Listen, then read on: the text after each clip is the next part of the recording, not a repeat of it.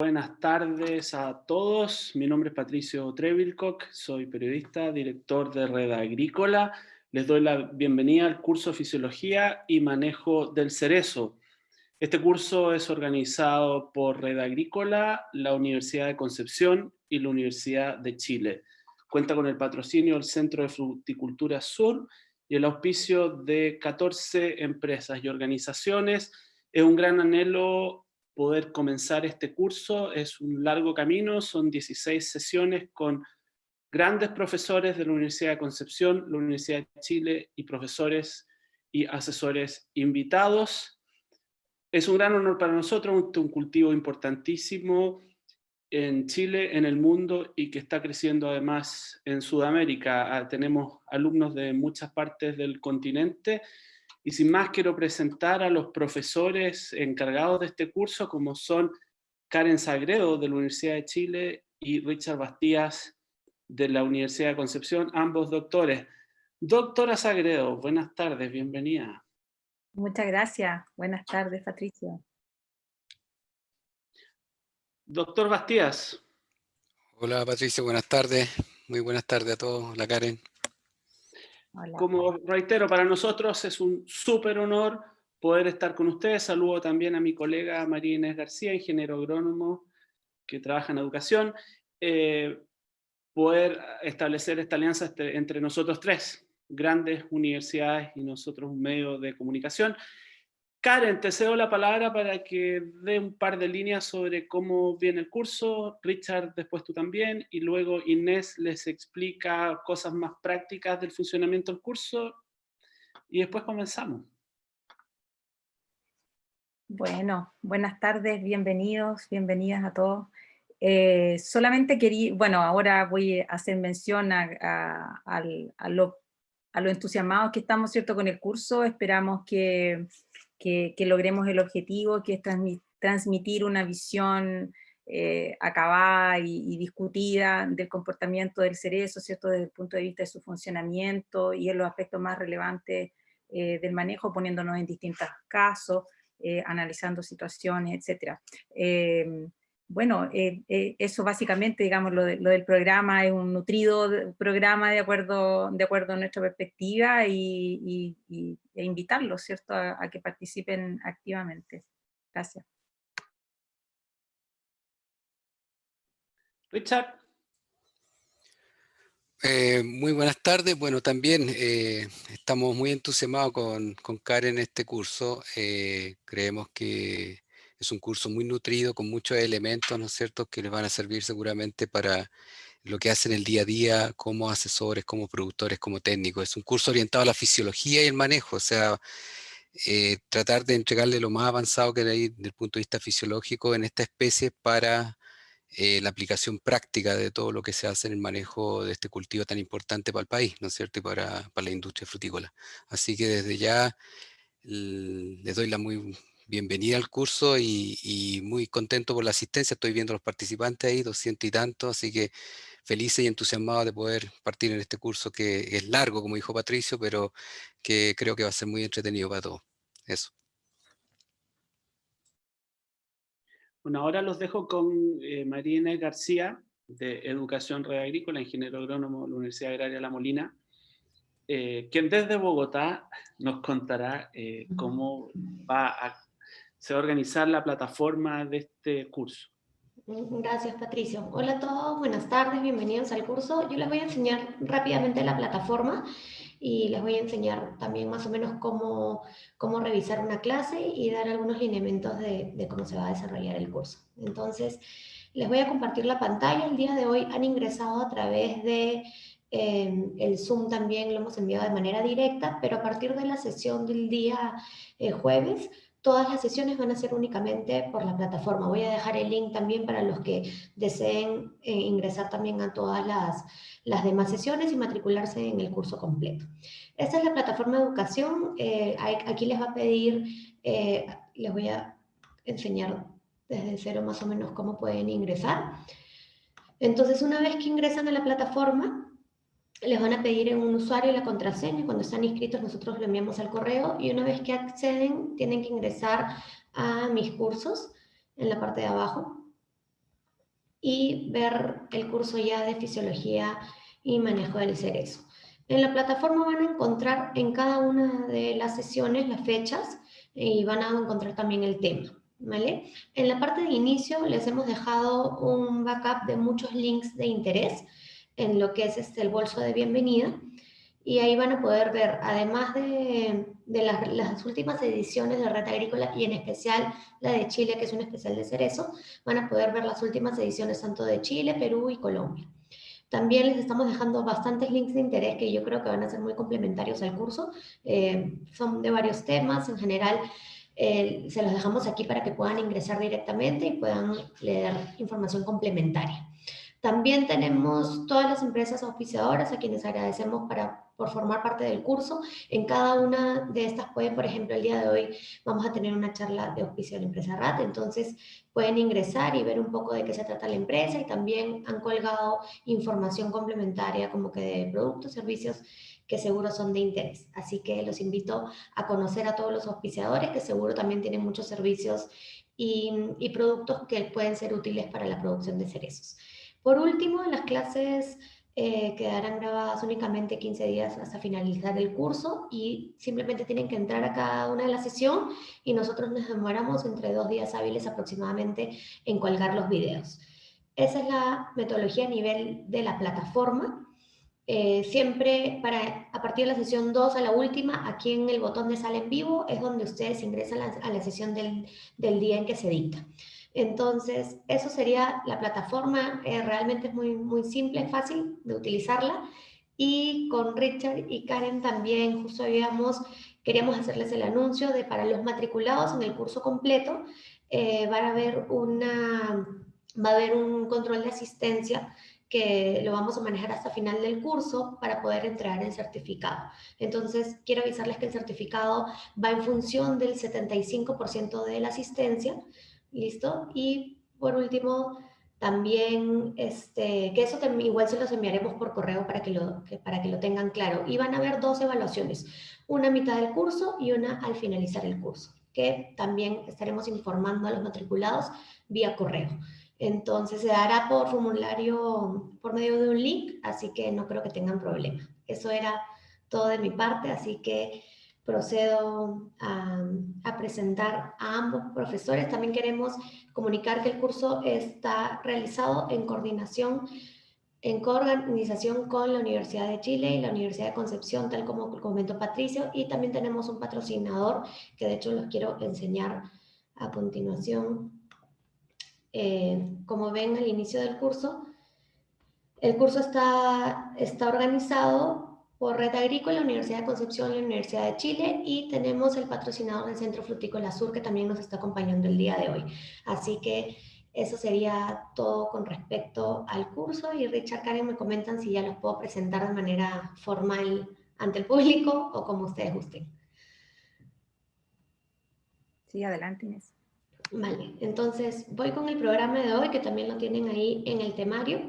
Así que vamos a iniciar. Denme un momentito, por favor, con la charla del día de hoy. Karen va a iniciar el día de hoy. Voy a presentar a Karen con el título de la charla. Entonces, quiero presentarles a Karen de manera formal. Karen es académica de la Facultad de Ciencias Agronómicas de la Universidad de Chile e investigadora de PTEC.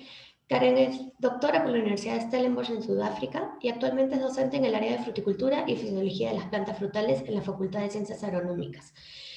Sus investigaciones se han centrado en la producción integrada de fruta, fisiología y receso invernal, biología floral, reguladores de crecimiento, entre otros.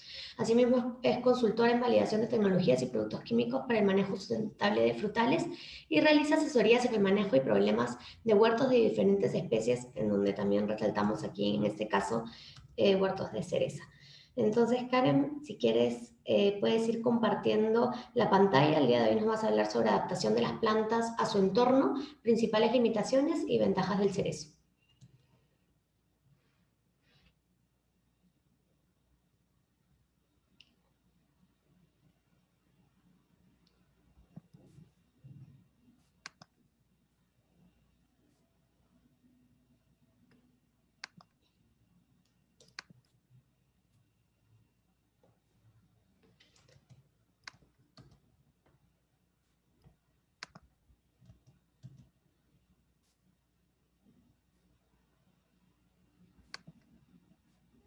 ¿Te permite, Karen? Sí, perfecto. Pensé que estaba sin permiso. Pero Ya creo que se estamos. ve otra lámina. ¿Qué lámina están viendo? Ahorita recién está cargando. Entonces Ah, tal vez perfecto, ya. por eso se está demorando un poquito.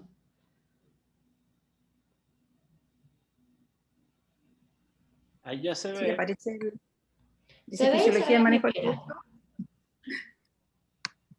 Sí. Muy bien, gracias. Si quieres le puedes dar acá a presentar al final para que se vea completo. Sí. Vale, gracias. Bueno, voy a, digamos, a tratar de abordar esta temática que, como bien lo dijo Inés, es una charla, ¿cierto?, dista de ser una clase respecto a adaptación de las plantas a su entorno, enfocando las principales limitaciones y ventajas del cerezo. Lo planteamos así un poco para introducir, ¿cierto?, la problemática en sí, ¿cierto? Viendo el término problemática de un punto de vista positivo, ¿cierto? De cómo es el análisis, el comportamiento, para cómo enfocar el comportamiento del cerezo, desde esa perspectiva, porque las clases, digamos, oficiales van a partir, digamos, con el programa a partir de residencia invernal, luego viene también con una conferencia el doctor Bastías respecto a otra temática bastante interesante del comportamiento fisiológico del cerezo. Bueno, quisiera primero, ¿cierto?, enfatizar algunos puntos que uno podría, ¿cierto?, imaginar desde el punto de vista de la adaptación, ¿cierto?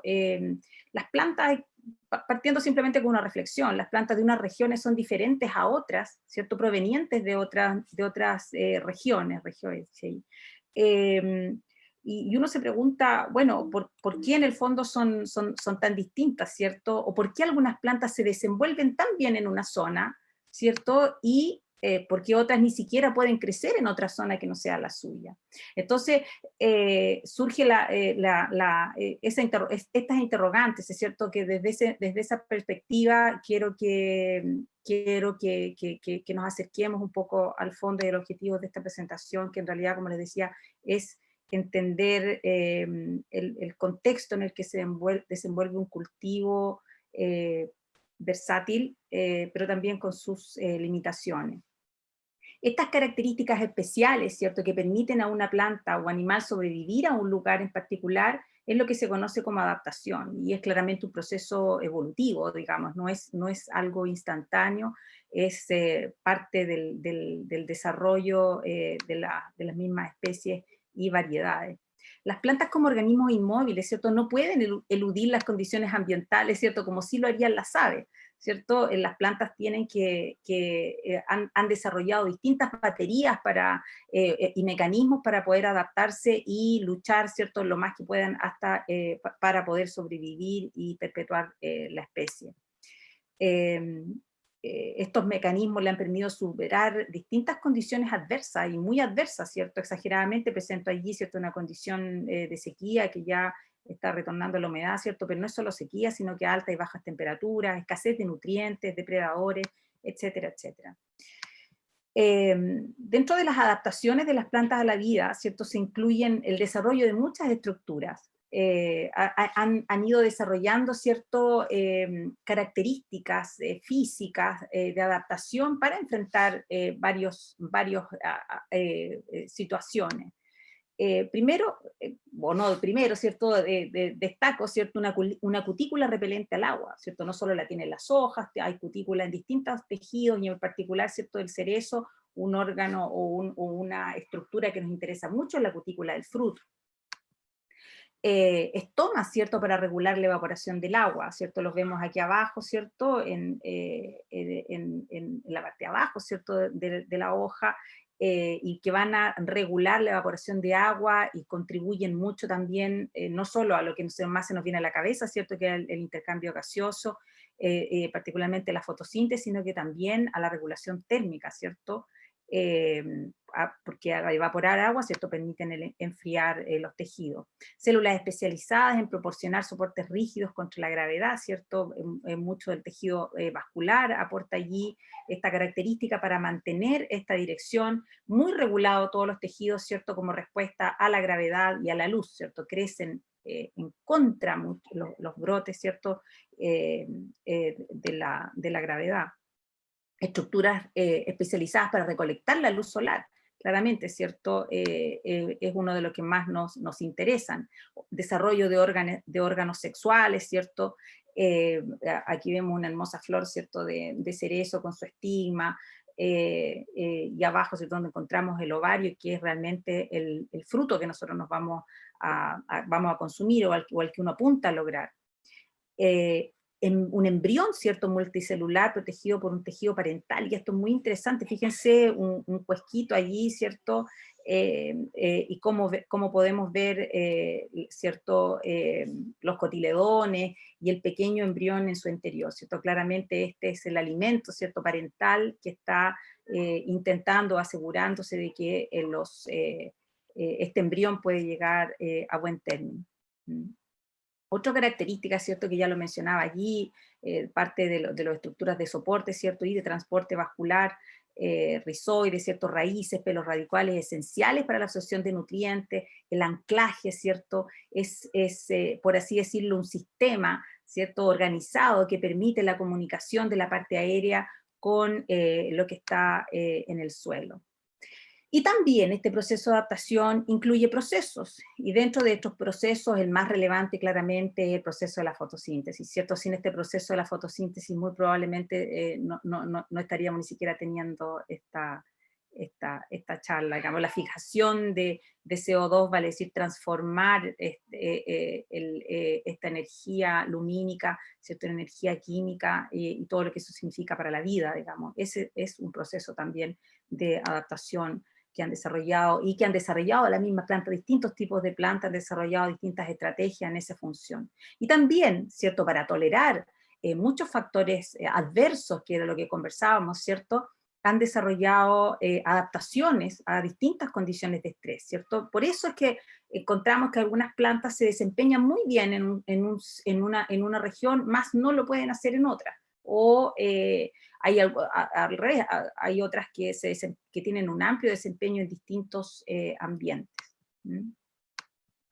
Dentro de los factores medioambientales que afectan a los árboles en general, ¿cierto?, podríamos decir de lo más general, el clima, los suelos, claramente, la topografía, la biota en general, ¿cierto?, como biota de microorganismos benéficos y negativos que están rodeando o interactuando, enviando ciertos mensajes, que son percibidos por las plantas, ¿cierto?, y que de alguna manera, ¿cierto?, gatillan su presencia gatilla algunos comportamientos y respuestas. Bueno, claramente esto generó, ¿cierto?, que cada especie, ¿cierto?, se adaptara a estos factores de manera integrada, ¿cierto?, a través de subpoblaciones, llevando, ¿cierto?, a las plantas a adaptarse evolutivamente a sus entornos particulares. Aquí vemos, por ejemplo, una respuesta, ¿cierto?, de cerezos a una sequía severa en el mes de enero, ¿cierto? Y lo pongo como punto de partida para abordar los factores abióticos, ¿cierto?, que son los principales factores que limitan el rendimiento de las plantas de cultivo. O sea, claramente hay otros enfoques, pero desde el punto de vista de las estadísticas y la generación de alimentos, son los factores abióticos los principales limitantes en el cultivo en general, ¿cierto?, en la agricultura en general, las temperaturas extremas, ¿cierto?, muchas veces asociadas a sequías, inundaciones, en otros casos salinidad, el estrés por metales pesados, por mencionar algunos, ¿cierto?, son los que afectan el crecimiento y la formación del rendimiento de las plantas de cultivo, vale decir, rendimiento de lo que nosotros estemos esperando, ¿cierto? En este caso, ¿cierto?, que nos convoca el cerezo, que es fruta, pero también se requiere de masa foliar, se requiere de madera de soporte, se requieren raíces, etcétera, etcétera. Hay que considerar, y simplemente pongo como dato aquí, que aproximadamente el 90%, ¿cierto?, de los suelos cultivables son propensos a uno o más de estos factores de estrés mencionados, y que pueden generar cerca de un 70% de pérdidas en el rendimiento de los cultivos alimentarios. Y esto es muy relevante, ¿cierto? Porque nosotros muchas veces el enfoque lo tenemos muy puntual en aspectos de un cultivo en específico y una zona. Pero para entender, ¿cierto?, con la dinámica del cambio climático, el calentamiento global y las variaciones en general del clima, que no voy a usar la palabra, digamos, cambiante, sino que más bien de expresiones muy variables, está generando, ¿cierto?, muchos comportamientos que nosotros no esperamos. Es por eso que es parte de lo que surgió, una de las motivaciones de este curso, ¿cierto?, de generar discusión, entregar de alguna manera algunos puntos críticos, desarrollar analítica para poder enfrentar las prácticas del manejo del punto de vista del comportamiento de las plantas y de las posibles respuestas también, ¿cierto?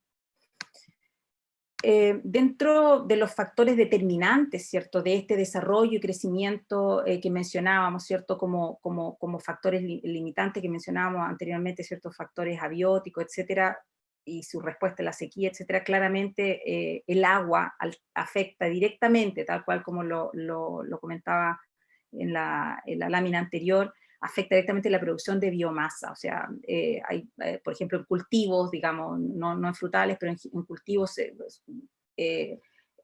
normalmente, ¿cierto?, se sostiene el enfoque en que la producción de biomasa es una función lineal del agua transpirada, ¿cierto?, claramente dentro de ciertos márgenes. La temperatura, sumamente relevante, puesto que la actividad biológica es en un rango térmico relativamente angosto, ¿cierto?, afecta los ciclos y afecta las tasas de desarrollo, las tasas de crecimiento de los tejidos, ¿cierto? Cuán rápido van pasando de fases de división, elongación celular, maduración, etcétera, si solamente hablamos de crecimiento de frutos, por ejemplo.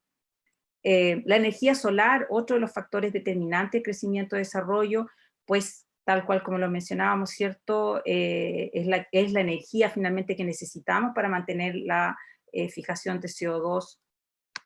La salinidad, claramente otro factor muy determinante en la disponibilidad de agua y en las toxicidades y en la limitación de la expansión de la agricultura, ¿cierto? Por las limitaciones que tiene al uso de los suelos, o que opone al uso de los suelos. Entre los mecanismos adquiridos se encuentran la plasticidad, y eso es sumamente importante tenerlo en consideración. La plasticidad es un concepto que probablemente a lo mejor no se considera o se considera, perdón, como sinónimo. La plasticidad, tengo aquí un problema.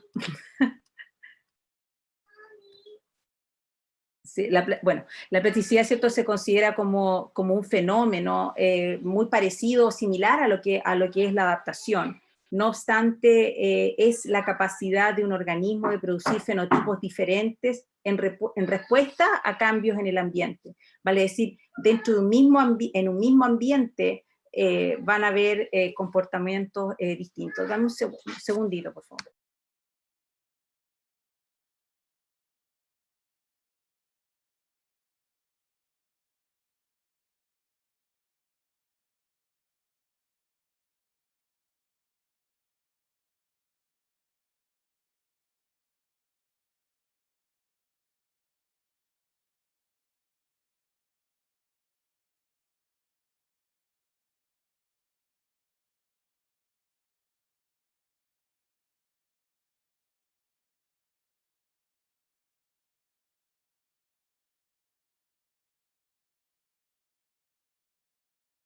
Bueno, les pido disculpas por este break que tuve ahí, una emergencia de mamá.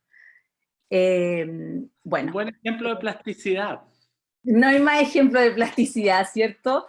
Bueno, entonces como les decía, es adaptar tal cual, ¿cierto? Como este ejemplo, es adaptarse a una condición, digamos, más puntual. Entonces, muchas veces se entiende y se usan los términos como equivalentes, ¿cierto? Que adaptación y plasticidad, pero la plasticidad es en sí un mecanismo de un proceso adaptativo, ¿cierto? ¿Cuánto rango de acción tenemos, cuánto rango de acción tienen las plantas para enfrentar un evento determinado? Y eso ha ido determinando también la misma selección natural, ¿cierto? De la capacidad de algunas plantas de permanecer en algunos sitios con mayor o mejor propiedad, ¿cierto? Y respuesta a los estímulos. Por ejemplo, acá quería simplemente referirme, este es un ejemplo que siempre nos daba en clase el profesor Acevedo, y por eso lo quise mostrar, ¿cierto? Como una estrategia, por ejemplo, una estrategia de plasticidad, una estrategia adaptativa de plasticidad, por ejemplo, frente a situaciones de estrés por sequía. La primera herramienta que tienen las plantas es una situación de escape, ¿cierto? Lo que conversábamos. Y la segunda es de resistencia, ¿cierto? Que puede estar asociada a evasión o tolerancia. Ahora, desde el punto de vista del escape, se presenta en una planta con gran plasticidad, ¿cierto? Como con un desarrollo fenológico rápido, que se adaptan a su ciclo, a la disponibilidad de recursos, a condiciones climáticas, ¿cierto? En general tratan de cumplir el ciclo rápido. Frente a la enfermedad, ya ustedes lo habrán observado que una planta enferma en general, ¿cierto? Tiende a acortar su ciclo, ¿cierto? Colorean más los frutos, maduran antes, ¿cierto? Se quedan más chiquititos, ¿cierto? De manera de desarrollar su ciclo reproductivo en una fase más corta, ¿cierto? Ese sería un mecanismo de escape. Como mecanismo de resistencia, ¿cierto? El primero de ellos de evasión, es un mecanismo destinado a retrasar lo más posible el efecto del estrés en la planta, ¿cierto? Empezar a echar manos a recursos, a distintas estrategias para retrasar el posible efecto del estrés, ¿cierto? Que sería el daño. En el caso del agua, por ejemplo, para este caso de sequía, la estrategia es incrementar al máximo la captación de agua y reducir al mínimo sus pérdidas, claramente como lo haríamos todos nosotros, ¿cierto? Y en este ejemplo, ¿cierto? Tenemos el cierre estomático parcial, que es una de las primeras respuestas, reducción de la superficie de transpiración, y esto lo que es en la foto anterior la que mostraba, ¿cierto? Cuando le mostraba este cerezo en enero, en la cual uno de sus mecanismos, ¿cierto? De respuesta fue desprenderse rápidamente de área foliar. Y ustedes se habrán dado cuenta de repente en el campo, donde en verano, ¿cierto? Sobre todo después de cosecha, diciembre, enero, se han encontrado con algunas ramas o brotes del año que en la base, ¿cierto? Le faltan una que otra hoja, ¿no? Son mecanismos que muchas veces no, ¿cierto? Ni siquiera pasan por un amarillamiento, como el caso del que yo mostraba. Mayor crecimiento de raíces también, ¿cierto? Puede ser una alternativa claramente para mejorar la captación. Pero, ¿cierto? Ahí está la limitante de que tiene que haber un buen estanque, ¿cierto? De reserva. En la tolerancia, ¿cierto? Que puede ser otro de los mecanismos de resistencia, que es tolerar, valga la redundancia, ¿cierto? El fenómeno. Son mecanismos que permiten a la planta que siga siendo funcional, aun cuando haya, por ejemplo, en este caso, pérdidas de agua y que se produzca un déficit hídrico. Vale decir, es darle un poco la vuelta, ¿es cierto? De alguna manera tolerar o seguir desenvolviéndose, ¿cierto? En esas características. Y el principal ejemplo, ¿cierto? En este caso, es el ajuste osmótico, ¿cierto? El ajuste osmótico, que en el fondo es la reducción de la presión osmótica, ¿cierto? Para evitar que salga agua, ¿cierto? Evitar perder agua. Y ese mecanismo, ¿cierto? Es a través de mejorar el potencial de soluto, ¿cierto?, al interior de las células. Entonces, como vemos, las plantas tienden a adaptarse, tienen distintos mecanismos para sobrevivir, ¿cierto? Y ese sobrevivir entendido como vivir y crecer en diferentes áreas. Las adaptaciones son características especiales que permiten que una planta o un animal viva en un lugar determinado, ¿cierto? Pero como lo mencionaba, y quería llegar a este punto, ¿cierto? Estas mismas adaptaciones, ¿cierto? Pueden ser llevadas a otro ambiente, pueden constituir su dificultad para la supervivencia, ¿cierto? Nosotros sacarlas de un lugar y meterlas a otro lugar, y ellas habían evolucionado, ¿cierto? Para esa región, para esas condiciones en específico. Y esto explica claramente, ¿cierto?, por qué hay algunas plantas que definitivamente no están en otras zonas, etcétera, etcétera. Entonces, estamos como un poco respondiendo a las primeras preguntas. Pero acá el punto es, ¿cierto?, ¿qué pasa entonces con el cerezo? ¿Cierto? Simplemente quiero irme de a dónde viene, ¿cierto? ¿Dónde parte el cerezo? El cerezo, ¿cierto?, viene de Eurasia, ¿cierto?, en norte de Asia, y como muchos de los frutales caducifolios. Nosotros podemos distinguir aquí, ¿cierto?, que todo el origen está allí, lo demás fueron movimientos, y podemos distinguir una franja donde estos cultivos en general no están, ¿cierto?, que es la franja tropical, ¿cierto? O sea, en general son cultivos, por eso los denominamos cultivos subtropicales. Pero podemos volver, ¿cierto?, a hacer una especie de ahí de zoom, de dónde está, de dónde viene el cerezo, ¿cierto? Es en esta zona, ¿cierto? Zona al norte de Turquía, ¿cierto? Mar Caspio, Mar Negro, etcétera. Por ahí, por ese sector, ciertos climas en general más fríos, por lo tanto no hay disponibilidad de frío, las primaveras en general son relativamente soleadas, no tan cálidas. ¿Y por qué me detengo aquí? Porque en función de esto, cómo tenemos que entenderlo, ¿cierto? Así es como se comporta, y para esto evolucionó durante tantos años, ¿cierto? Entonces, lo que nosotros hacemos es traerlo a otras condiciones, donde probablemente su desempeño no tiene, o no sea el mejor, lo más probable es que no sea el mejor, y a veces no tiene por qué serlo. El punto es cómo manejamos nosotros algunos de estos factores, digamos, para que la respuesta, ¿cierto?, sea la más adecuada desde el punto de vista de lo que nosotros esperamos, que finalmente es rendimiento de fruta sana, de alta calidad. Y bueno, ¿cierto? Acá quería enfatizar aún más que todo esto hablamos de cerezo como tal, ¿cierto? Como especie, lo que nosotros conocemos como cerezo, que es Prunus avium, pero la fruticultura, digamos, la fruta cultivada o el cultivo de frutales, trabaja, y en particular el cerezo, trabaja, ¿cierto?, con variedades injertadas sobre un patrón.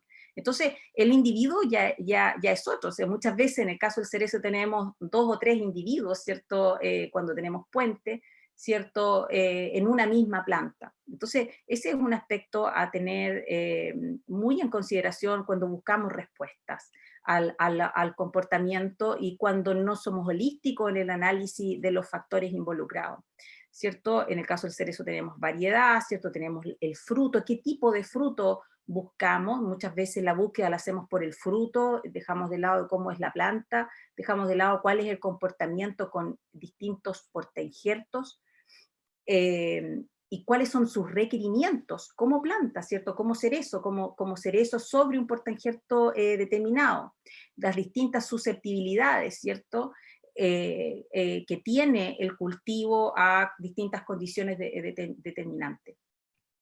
Y cuál es su capacidad de adaptación, ¿cierto? Aquí lo puse en comillas porque en realidad lo que busco es cuál es su plasticidad, ¿cierto? Conocer sus límites y qué es lo que podemos esperar. Y finalmente, ¿cierto?, con esto llegamos a cuáles son sus limitaciones, ¿cierto? Conocer las limitaciones no tiene nada de negativo, todo lo contrario, ¿cierto? Nos marca la cancha de cuál tiene que ser el objetivo esperado, marca el objetivo esperado, digo, y también define mucho de los manejos que se tienen que desarrollar incluso antes de partir con el cultivo. ¿Cómo es el cerezo? Bueno, el cerezo es un árbol naturalmente muy alto, es de madera de alta calidad, ¿cierto? Tiene incluso fines para muebles, ¿cierto?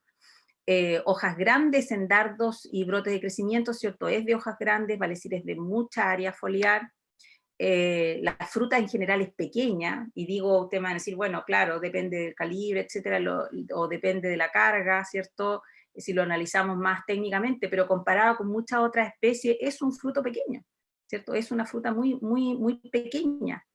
tiene variaciones de colores, ¿cierto? La especie Prunus sabium conocida como tal, desde amarilla, pasando por bicolores, hasta café. Sus flores, y este es un punto, sus flores son naturalmente autoestériles, y gracias al manejo, ¿cierto?, que se ha hecho en este aspecto, ¿cierto?, se cuenta con una serie de variedades que son autofértiles, pero naturalmente es autoestéril.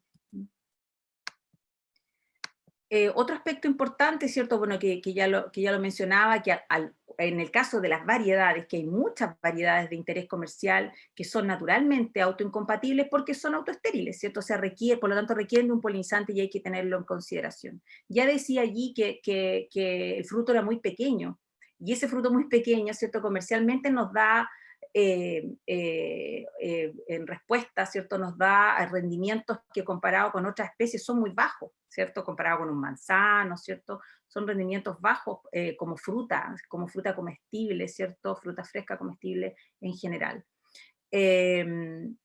Porque requiere de mucha energía para mantención. ¿Y qué hemos estado haciendo nosotros qué ocurre con la fruticultura tradicional hoy en día por el hecho de que hayan árboles más pequeños, ¿cierto? Árboles más pequeños, de vigor más controlado, estamos de alguna manera doblándole la mano a esta repartición que va más orientada hacia la madera que hacia la fruta, ¿cierto? Y en términos proporcionales achicamos la madera, dejamos menos madera demandante y tratamos un poco de balancear la balanza hacia la fruta, pero hay que tener la claridad de que ese es un mecanismo que nosotros estamos manipulando, ¿cierto? Manipulando desde el punto de vista de que la planta va a atender a lo otro, ¿cierto? En general la planta tiende a desprenderse del exceso de fruta. Si nosotros tuvimos una temporada de muy alta carga, ¿cierto? Al ser en general, al requerir energía para la mantención, lo más probable es que eso se vea reflejado en que la próxima temporada a lo mejor vayamos a tener problemas de cuaja, madera de mala calidad, madera frutal de mala calidad me refiero. Es muy vigoroso, ¿cierto? Claramente crece mucho, ¿cierto? De alta dominancia apical, ¿cierto? Vale decir, los brotes terminales tienden a inhibir la rotación de las yemas que están más abajo, por lo tanto se hace difícil de ramificar.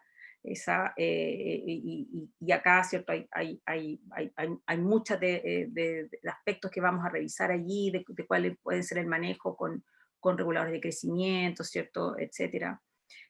Su fruta, ¿cierto? Es muy perecible, susceptible a la partidura, cracking, eso ya lo mencionábamos. De ahí me quiero referir a un aspecto en específico de eso en los pocos minutos que me quedan. Además es de altos requisitos de frío, ya mencionábamos de dónde venía, requiere de calor, praderas soleadas y cálidas, ¿cierto? No calurosas, ¿cierto?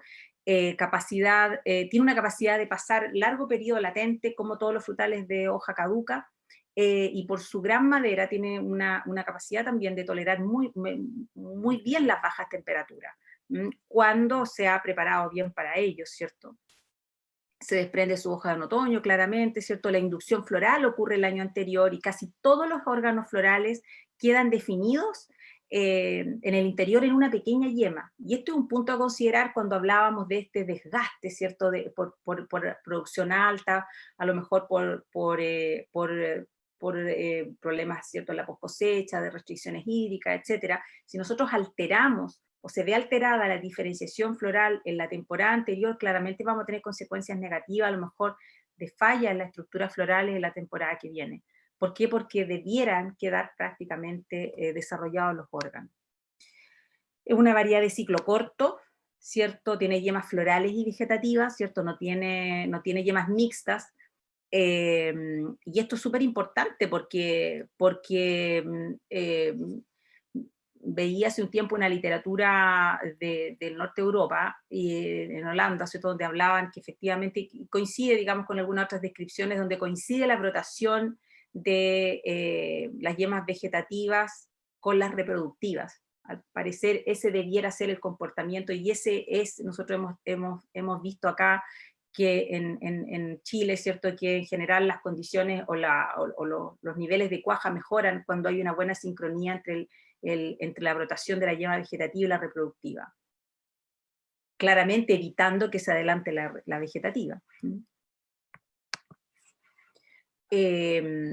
Como decía, es de ciclo corto, tiene raíces en crecimiento estacional. Aquí viene el fruto, ¿cierto?, de un ciclo claramente corto. Los brotes, ¿cierto?, crecen prácticamente, o pueden crecer incluso hasta con el término de la maduración de la fruta, pero, ¿cierto?, las raíces parten creciendo con la brotación, y después paran su crecimiento, ¿cierto?, al punto incluso de reducirlo, o se van perdiendo, ¿cierto?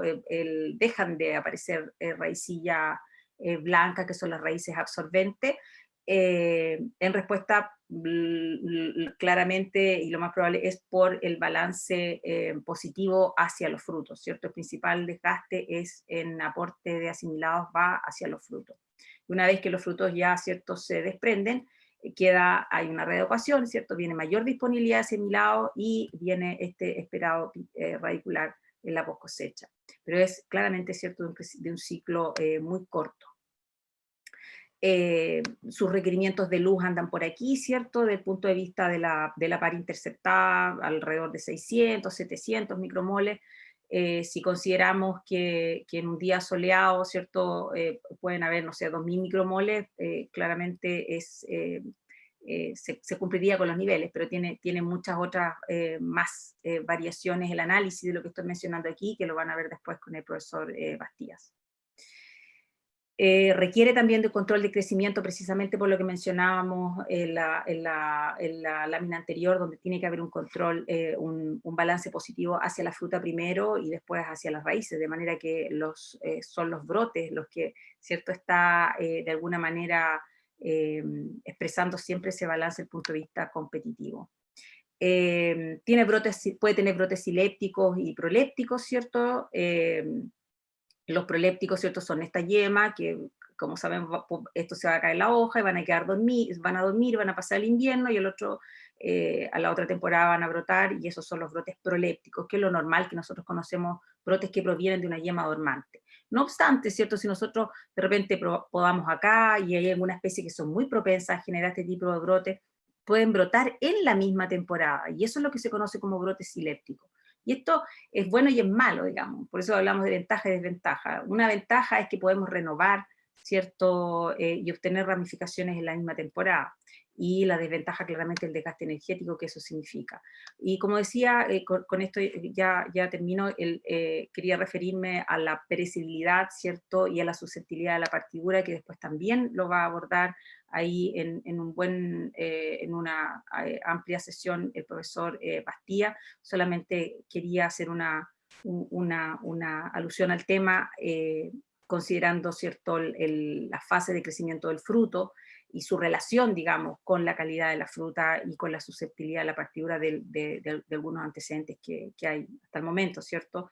La clásica curva que nosotros de repente vemos en los libros, ¿cierto?, no es mucho la que se da. Aquí viene una curva a lo mejor un poco más, digamos, real, ¿cierto?, en la cual los frutos parecieran no dejar de crecer, ¿cierto?, hasta el final, y tenemos podríamos llegar a distinguir, ¿cierto?, las clásicas fases 1, 2 y 3 que normalmente tenemos en consideración en este tipo de frutos. Pero quiero destacar acá que en esta primera fase es donde se sintetiza prácticamente toda la cutícula.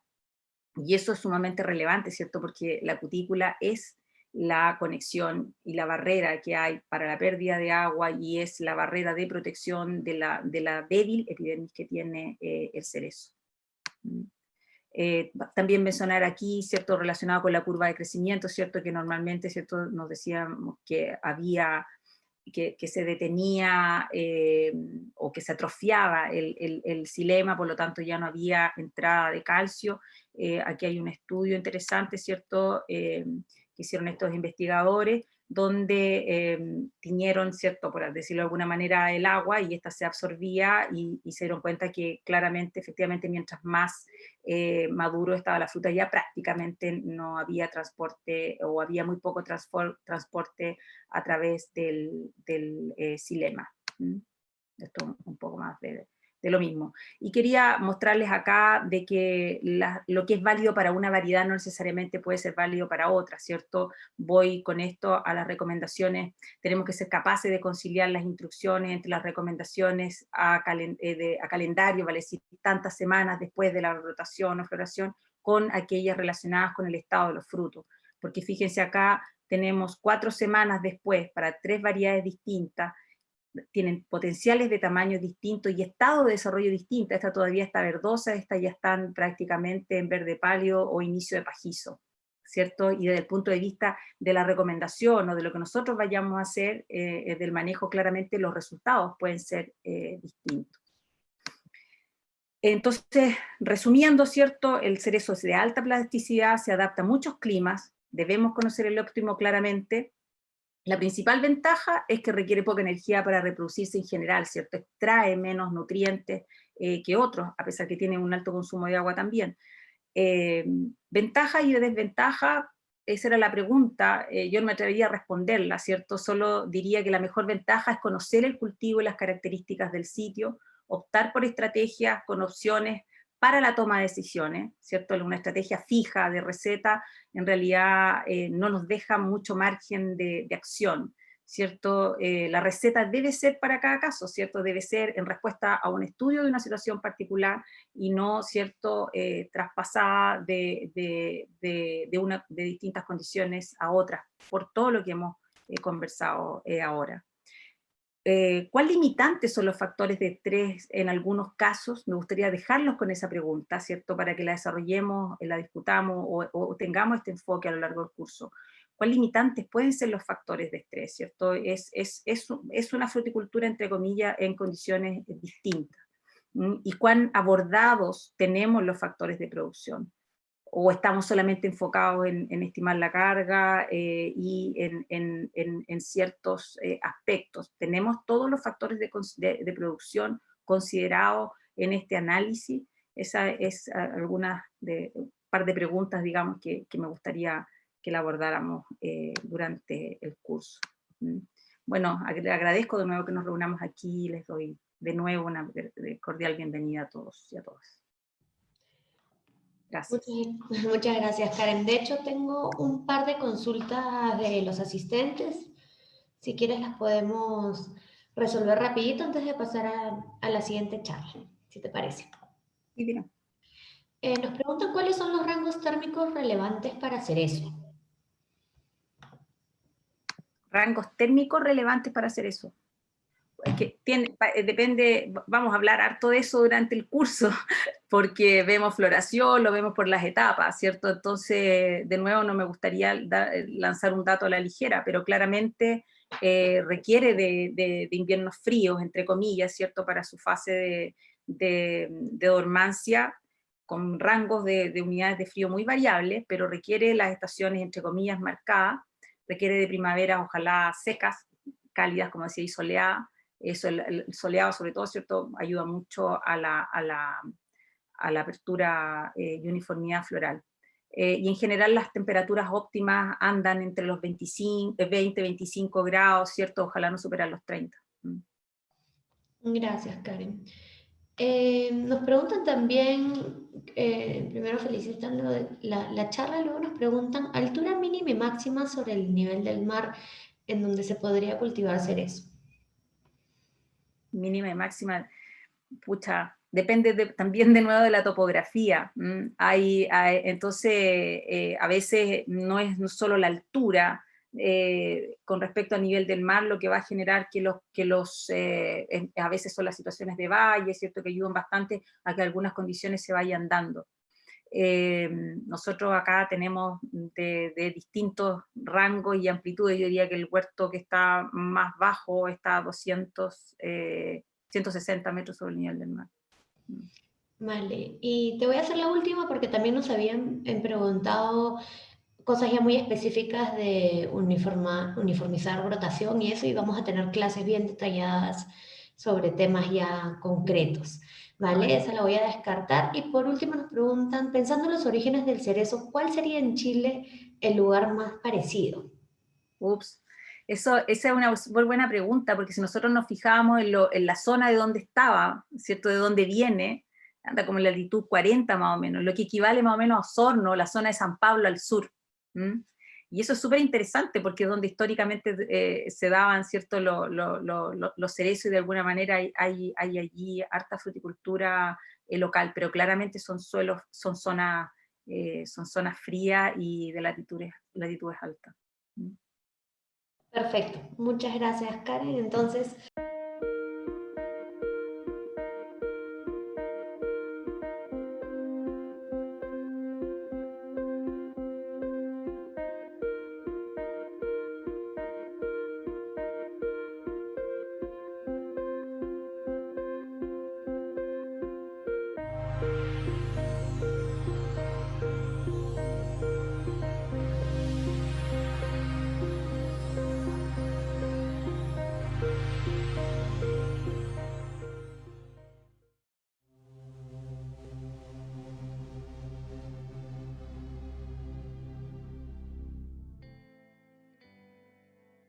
Here you can see how quickly Cyazypyr active ingredient acts.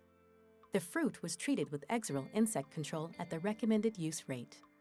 A female lands on the fruit and starts licking the surface. But then it stops.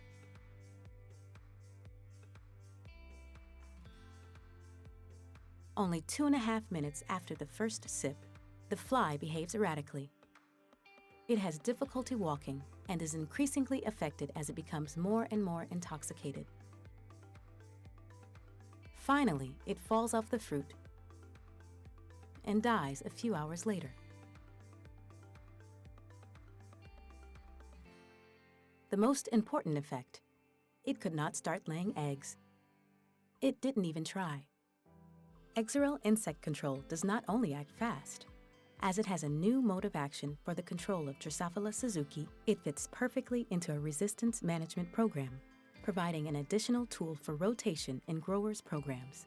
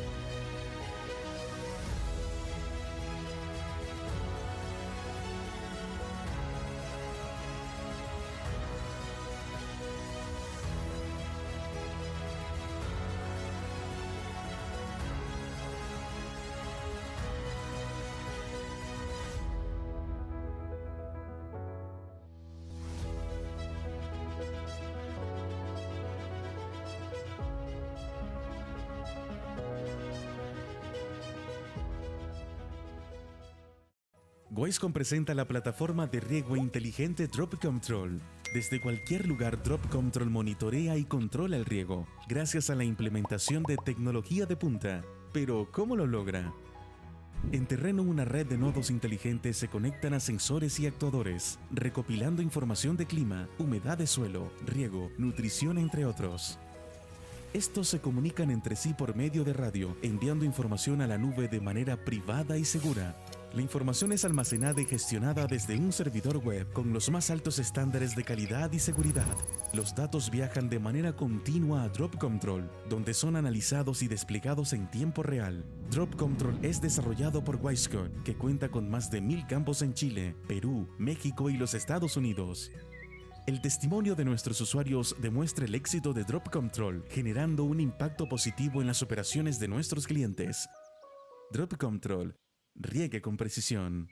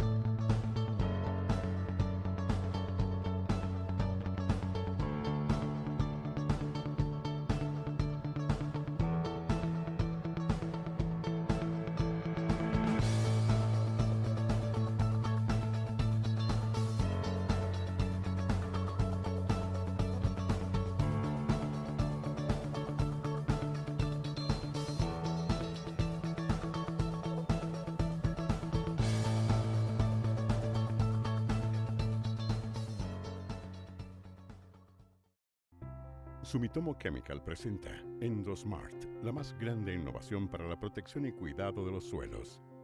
Una perfecta combinación de hongos micorrízicos actuando en simbiosis con las raíces de las plantas, mejorando la salud y productividad de los cultivos a niveles superiores.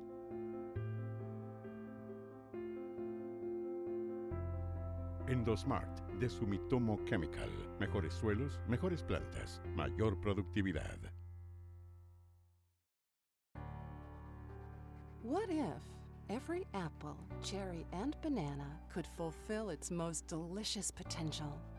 What if every grower, packer, and retailer had more efficient ways to protect freshness? What if we could better predict and prevent produce damage? To improve food safety, feed the world with fewer resources, and take a bite out of our $1 trillion a year food waste problem? At AgroFresh, we're turning these what-ifs into what's next by advancing the future of freshness with a full range of solutions and integrating them throughout the value chain to optimize produce quality like never before. We've been leading the field for more than 2 decades. By unlocking the secrets of freshness at the molecular level, we revolutionized the apple industry and now bring exciting gains to many other fruits and vegetables.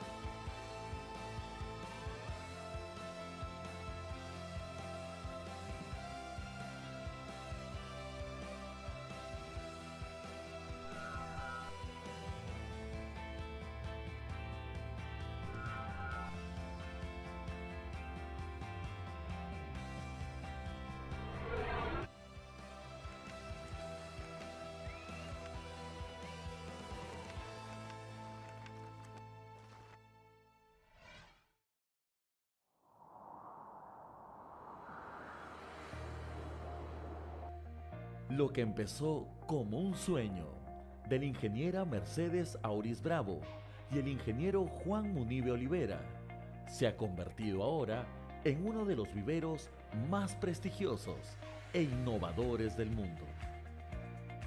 Hoy, con más de 25 años de experiencia y más de 50 millones de plantas vendidas, Vivero Los Viñedos se ha posicionado como la empresa líder en la propagación de plantas injertadas, de vid, palto, cerezo y otros frutales de alta demanda. Nuestro equipo está conformado por profesionales altamente capacitados y a la vanguardia con las últimas innovaciones y tecnologías, asegurando la alta calidad de nuestras plantas y un servicio de excelencia. Tu éxito es nuestro éxito. Vivero Los Viñedos.